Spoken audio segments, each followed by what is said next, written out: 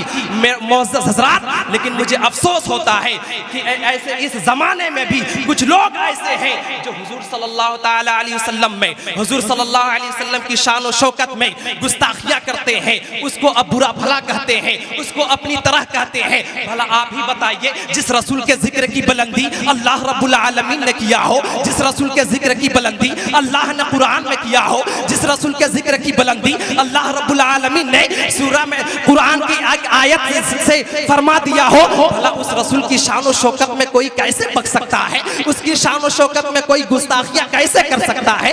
हजरात, हुजूर सल्लल्लाहु अलैहि वसल्लम की शान और शौकत, हुजूर सल्लल्लाहु अलैहि वसल्लम की इज्जत, हुजूर सल्लल्लाहु अलैहि वसल्लम की इज्जत, उनका मकाम, उनका मर्तबा अगर देखना है तो चलिए आशिक रसूल आला हजरत की बारगाह में हाजिरी देते हैं। उलमाए किराम की खास तवज्जो चाहूंगा।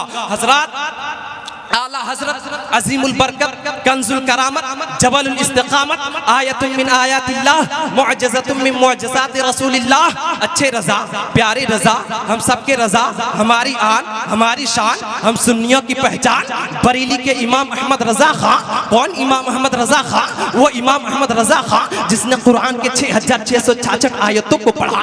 वो इमाम अहमद रजा खां जिसने कुरान के 114 सूरतों को पढ़ा। वो इमाम अहमद रजा खां जिसने कुरान के 558 रुकवों को पढ़ा। वो इमाम अहमद रजा खां जिसने सिद्दीक की सदाकत को पढ़ा। वो इमाम अहमद रजा खां जिसने उमर की अदालत को पढ़ा। वो इमाम अहमद रजा खां जिसने उस्मान की सखावत को पढ़ा। वो इमाम अहमद रजा खां जिसने अली की शुजाअत को पढ़ा। वो इमाम अहमद रजा खां जिसने बुखारी को पढ़ा। वो इमाम अहमद रजा खां जिसने मुस्लिम शरीफ को पढ़ा। वो इमाम अहमद रजा से सवाल किया, इमाम अहमद रजा खां बता तूने कुरान में हजरत आदम को पढ़ा कि नहीं पढ़ा? तूने कुरान में हजरत शीश को पढ़ा कि नहीं पढ़ा? तूने कुरान में हजरत नूह को पढ़ा कि नहीं पढ़ा? तूने कुरान में हजरत जकरिया को पढ़ा कि नहीं पढ़ा? तूने कुरान में हजरत इब्राहिम को पढ़ा कि नहीं पढ़ा? तूने कुरान में हजरत यूसुफ को पढ़ा कि नहीं पढ़ा? तूने कुरान में हजरत इब्राहिम को पढ़ा कि नहीं पढ़ा? तूने कुरान में हजरत सुलेमान को पढ़ा कि नहीं पढ़ा?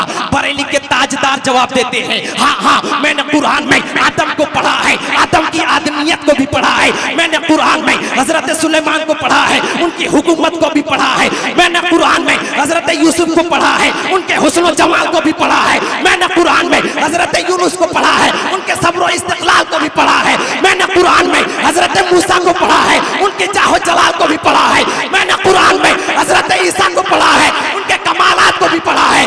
मैंने कुरान में हजरत यूसुफ को पढ़ा है, उनके हुस्न जमाल को पढ़ा है। तब हमने इमाम अहमद रजा से सवाल किया, ए इमाम अहमद रजा बता आदम को तुमने पढ़ा, शीश को तुमने पढ़ा, जकरिया को तुमने पढ़ा, आदम से लेकर ईसा तक तमाम नबियों को तुमने पढ़ा, जरा बताओ तो सही, आमना के लाल को पढ़ा कि नहीं पढ़ा? अब्दुल्ला के लख्ते जिगर को पढ़ा कि नहीं पढ़ा? अब्दुल मुत्तलिब के दुलारे को पढ़ा कि नहीं पढ़ा? हलीमा के गोद के पाले को पढ़ा कि नहीं पढ़ा? उस रसूल को पढ़ा कि नहीं पढ़ा जिसका चेहरा वो दुआ है? उस रसूल को पढ़ा कि नहीं पढ़ा जिसकी जुल्फे वल्लैल इदा सजा है? उस रसूल को पढ़ा कि नहीं पढ़ा जिसका सीना अलम नशरह लगा है? उस रसूल को पढ़ा कि नहीं पढ़ा जिसका अखलाक इन्नका लअला खुलुकिन अज़ीम है? उस रसूल को पढ़ा कि नहीं पढ़ा जिसका हासियतुल्लाह फौका अयदीहिम है? इमाम अहमद रजा जवाब देते हैं, मैंने कुरान में आदम की आदमियत को पढ़ा है, अब्दुल्ला के लख्ते जिगर को भी पढ़ा है। मैंने कुरान में अब्दुल मुत्तलिब के दुलारे को पढ़ा है, हजरत यूसुफ के हुस्न कमाल को पढ़ा है। मैंने कुरान में हलीमा के गोद के पाले को भी पढ़ा है, हजरत सुलेमान की हुकूमत को भी पढ़ा है। मैंने कुरान में अब्दुल मुत्तलिब के दुलारे को पढ़ा है, हजरत यूसुफ के हुस्न जमाल को भी पढ़ा है। मैंने कुरान में उस रसूल को पढ़ा है जिसकी शान है लौलाका लमा खलक़तुल अफ़लाक वल अर्दीन। या रसूल अल्लाह, अगर आपको पैदा करना मकसूद ना होता तो ना ज़मीन पैदा करता, ना आसमां पैदा करता, कोई चीज की तख्लीक नहीं होती है। तब हमने इमाम अहमद रजा से सवाल किया, ए इमाम अहमद रजा बता आदम का मकाम क्या है, शीश का मकाम क्या है? बरेली के ताजदार जवाब देते हैं, आदम का मकाम पूछते हो, आदम का मकाम पूछते हो? सुनो, आदम का मकाम आला है, शीश का मकाम आला है, जकरिया का मकाम आला है, हजरत यूसुफ का मकाम आला है, हजरत नूह का मकाम आला है, हजरत इब्राहिम का मकाम आला है, हजरत जकरिया का मकाम आला है। हमने सवाल किया, ए इमाम अहमद रजा बता, जब ये सारे नबी आला है, तो फिर हमारा नबी क्या है? वो रसूल क्या है जिसका चेहरा वक्त हुआ है? उस रसूल का जो मकाम क्या है जिसकी जुल्फे वो लैल इदा सजा है? उस रसूल का मकाम बताओ जिसका सीना अलम नशरह लगा है। उस रसूल का चेहरा बताओ जिसका सीना अलम नशरह लगा है। मेरे दोस्तों, बरेली के ताजदार जवाब देते हैं ये सारे नबी आला है, लेकिन हमारा नबी सबसे आला व औला हमारा नबी, सबसे बाला व वाला हमारा नबी, अपने मौला का प्यारा हमारा नबी, दोनों आलम का दूल्हा हमारा नबी, खल्क से औलिया, औलिया से रसूल और रसूलों से आला हमारा नबी, सबसे ऊंचों में ऊंचा समझिए जिसे, उस ऊंचों से ऊंचा हमारा नबी। गमज़दों को रज़ा मुस्तदीजे के है हमारा नबी, बेकसों का सहारा। नारे तकबीर, नारे रिसालत, जश्न ईद मिलादुन नबी, सरकार की आमद, मुख्तार की आमद, आका की आमद, नारे तकबीर, उलमाए किराम जिंदाबाद जिंदाबाद।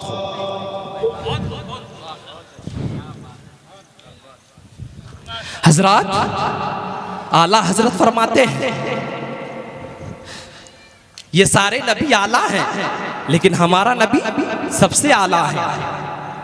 कहने वालों ने कहा, सवाल करने वालों ने सवाल किया, पूछने वालों ने पूछा, ए इमाम अहमद रजा जरा बता तो सही तेरे नबी की शान इतनी बुलंद क्यों है? ए इमाम अहमद रजा बता तो सही तेरे नबी का मर्तबा इतना ऊंचा क्यों है? ए इमाम अहमद रजा बता तो सही तू जिस नबी का कलमा पढ़ता है उस रसूल का मकाम इतना बुलंद क्यों है? मेरे रजा बोलते हैं, इब्ने नकी अली खान बोलते हैं, साहिब कंजुल ईमान बोलते हैं, साहिब कंजुल ईमान बोलते हैं, हमारी जान बोलते हैं, हमारी पहचान बोलते हैं, बरेली के ताजदार बोलते हैं। वो इसलिए कि आदम आए हैं तो इसी नबी के सदक़े में आए हैं, शीश आए हैं तो इसी नबी के सदक़े में आए हैं, हजरत नूह आए हैं तो इसी नबी के सदक़े में आए हैं, हजरत ज़करिया आए हैं तो इसी नबी के सदक़े में आए हैं, ये तब हजरत यूसुफ आए हैं तो इसी नबी के सदक़े में आए हैं, हजरत यूनुस आए हैं तो इसी नबी के सदक़े में आए हैं, हजरत इब्राहिम आए हैं तो इसी नबी के सदक़े में आए हैं, हजरत सुलेमान आए हैं तो इसी नबी के सदक़े में आए हैं। हत्ता के तमाम नबियों को नबूवत मिली है